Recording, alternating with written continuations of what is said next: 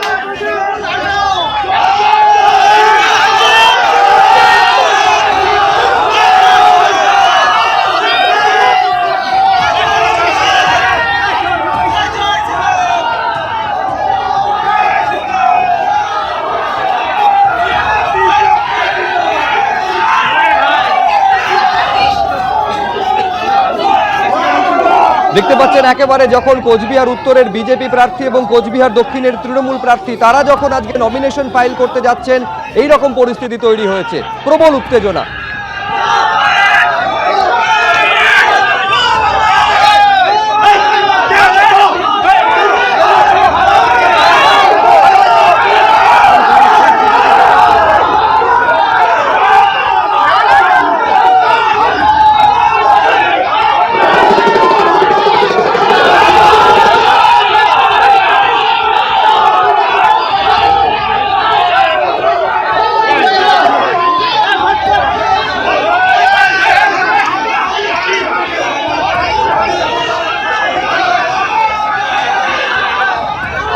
আমি আরো বিস্তারিত এই নিয়ে জানবো। শুভেন্দু ভট্টাচার্য আমাদের প্রতিনিধি সরাসরি রয়েছেন। ছবিটা একেবারে স্পষ্ট দেখা যাচ্ছে যে এক পক্ষ আরেক পক্ষের দিকে তেড়ে যাচ্ছে, দুপক্ষ একেবারে মারমুখী মেজাজে, এবং এই পুরো ঘটনা শুভেন্দু ঘটছে পুলিশ এবং কেন্দ্রীয় বাহিনীর উপস্থিতিতে।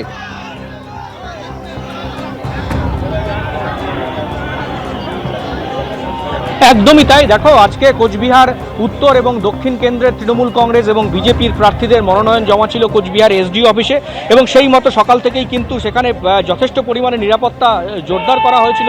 পুলিশের পাশাপাশি কেন্দ্রীয় বাহিনীর জওয়ানরা উপস্থিত ছিল।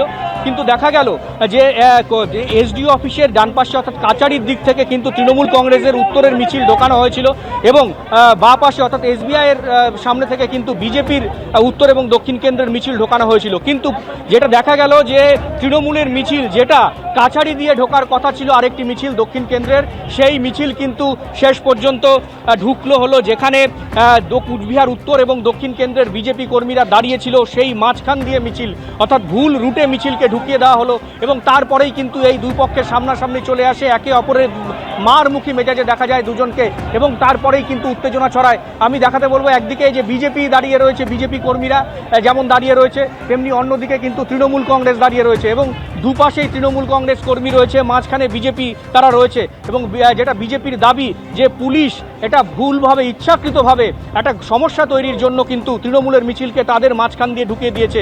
একই অভিযোগ কিন্তু তৃণমূল কংগ্রেসের তরফ থেকে করা হয়েছে। তারাও কিন্তু সরাসরি পুলিশের বিরুদ্ধে অভিযোগ তুলছেন যে পুলিশের গাফিলতিতে এই ঘটনা ঘটেছে।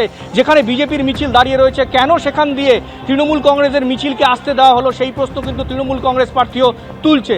সব মিলিয়ে কিন্তু কোচবিহার এসডিও অফিস চত্বর এখন উত্তেজনার তুঙ্গে, এবং এখানে কেন্দ্রীয় বাহিনী রয়েছে, রাজ্য পুলিশ রয়েছে, এবং সেখানে বিজেপি কর্মীরা একদিকে রয়েছে, মাঝখানে রয়েছে, ওদিকে ডান দিকে যেমন তৃণমূল রয়েছে, বাঁ দিকেও তৃণমূল রয়েছে। তারা রীতিমতো বিজেপি কর্মীরা এখানে আটকা পড়ে গেছে, এবং তাদের দাবি যে তাদেরকে এখান থেকে বের করার জন্য পুলিশ কোনো ব্যবস্থাই করছে না। আপনারা কি বলবেন, কি পরিস্থিতির? আমরা আটকা পড়িনি।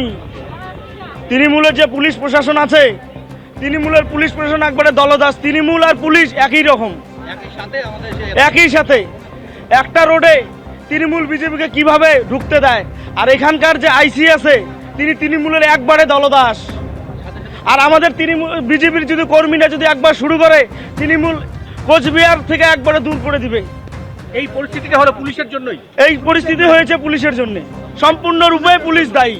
পুলিশের দিকে কিন্তু অভিযোগ করছে বিজেপি কর্মীরা যে এই পরিস্থিতি যেটা তৈরি হলো সেটা কিন্তু পুরোপুরি রূপে একেবারে পুলিশের জন্য দায়ী। কারণ একই রুটে একই রুটে কিন্তু এরা ঢুকে পড়লো দুটো মিছিল, সেই দিকেই প্রশ্ন তুলছে দুই রাজনৈতিক দল।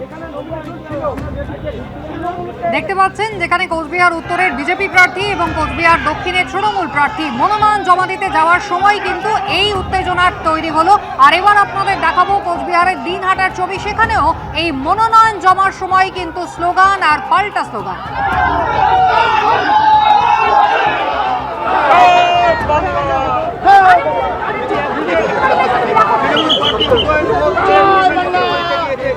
আর পাশাপাশি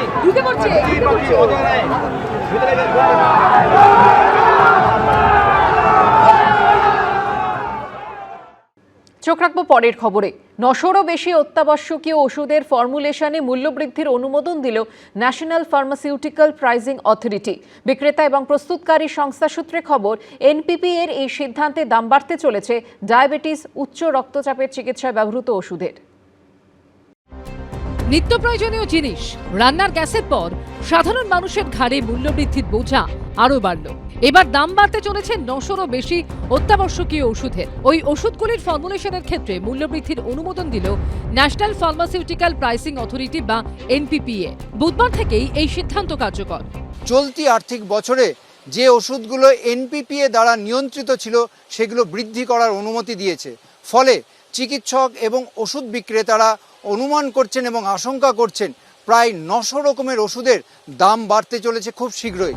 বুধবার এনপিপিএ জানিয়েছে, পাইকারি মূল্যসূচকে পরিবর্তনের ভিত্তিতে নির্মাতারা জাতীয় অত্যাবশ্যকীয় ওষুধের তালিকায় অন্তর্ভুক্ত নির্ধারিত ওষুধগুলোর দাম 0.64% পর্যন্ত বৃদ্ধি করতে পারবেন। কেন্দ্রীয় সরকার মানুষকে বিভ্রান্ত করেছিল যে জিএসটি তুলে দিয়ে তারা নাকি ওষুধের দাম কমাবে।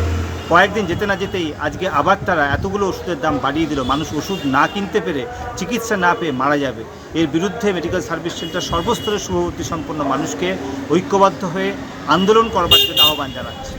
ওষুধ লাগে না এমন বাড়ি এখন বিরল। ব্লাড প্রেশার, ব্লাড সুগারের ওষুধ এখন ঘরে ঘরে লাগে। বিভিন্ন ওষুধ বিক্রেতা এবং প্রস্তুতকারী সংস্থা সূত্রে খবর, প্যারাসিটামল, অ্যাজিথ্রোমাইসিন, সংক্রমণ প্রতিরোধক, ডায়াবেটিস ও উচ্চ রক্তচাপের চিকিৎসার ওষুধের দাম বাড়তে চলেছে।